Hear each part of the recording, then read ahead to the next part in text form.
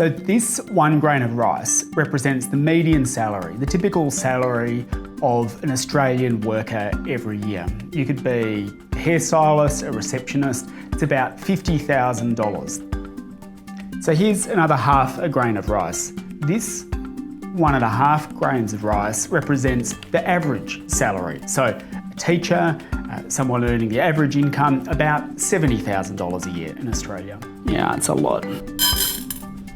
And then we have the CEO of Newcrest Mining, who takes home $12 million a year.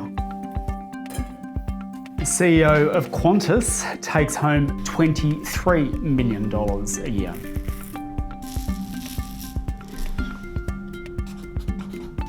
It's nice work if you can get it. Is that right? Clive Palmer, 1,044 grams, is that a kilo? Right, I'm going to need more rice to do Clive Palmer. Oh, see you, Clive. So Clive Palmer is worth $1.8 billion.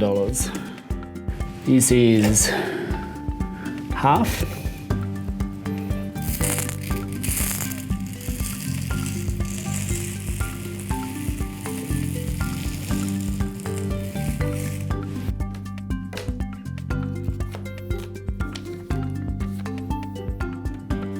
When you lay it out like this, it's like, that is just obscene. Anthony Pratt, the second richest person in Australia and a mate of Scott Morrison and Donald Trump, he is worth $16.9 billion.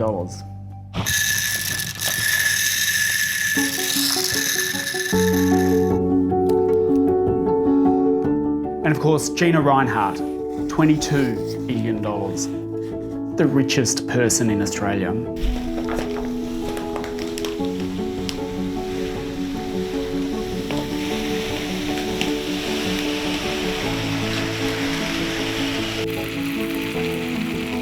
Whoops, spilled a bit.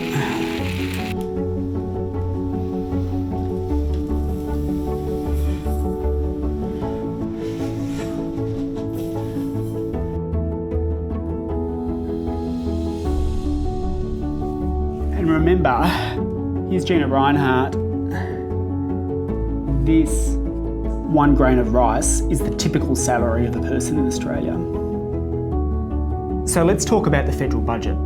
The federal budget is an opportunity for the government to decide who is going to receive its support, who gets help and who misses out.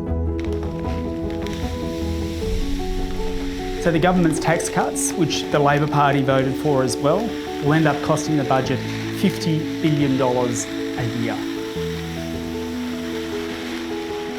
As we enter the most severe recession since the Great Depression, Scott Morrison has chosen to give $50 billion a year in tax cuts that will predominantly go to millionaires and the super wealthy. More than half of the $50 billion of the government's tax cuts goes to the top 10% of income earners.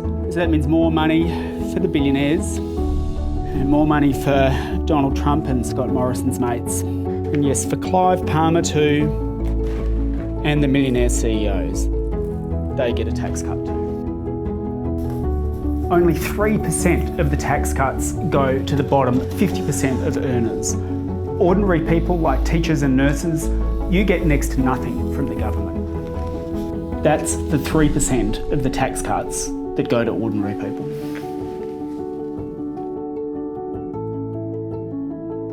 With this $50 billion a year, imagine what we could do. Free university in TAFE, dental into Medicare, building more public housing, getting Australia running on 100% renewable energy. We could look after everyone. But under this budget, the millionaires get even richer and 1 million people remain unemployed. And millions more get left behind. The government's cutting JobKeeper and JobSeeker and plunging people below the poverty line. And meanwhile, big corporations and multinationals pay nothing in tax. Take the gas industry, for example. They bring in $49 billion a year in revenue. Here it is. They paid nothing in tax. And neither have Whitehaven Coal,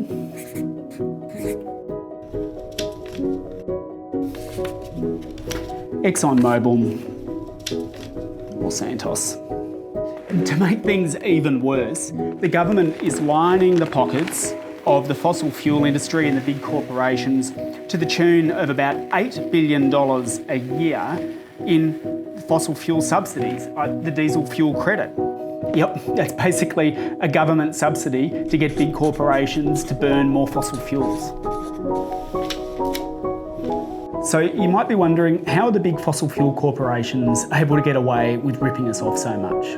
Well, it might have something to do with the $9 million in donations that the coal, oil and gas companies gave to both Liberal and Labor parties. The Greens don't take money from the big corporations. We can't be bought, and we'll keep fighting for you. Just this week in Parliament, we're fighting to reverse the cuts to JobSeeker and JobKeeper so that no one in this wealthy country of ours lives in poverty. And as we enter this crucial period in history, we need solutions that won't just tackle the inequality crisis, but will tackle the climate crisis as well. And that's why the Greens are pushing for a Green New Deal, a government-led plan of investment and action to get us to 100% renewable energy, to have free education, to make sure everyone who wants a job gets one, and that no one lives in poverty. And the good news is, it costs $25 billion a year added to our debt, less than half of what the government is giving out in its tax cuts for millionaires package. Our plan is costed and achievable. So join our movement if you want to see solutions that take care of the millions, not the millionaires.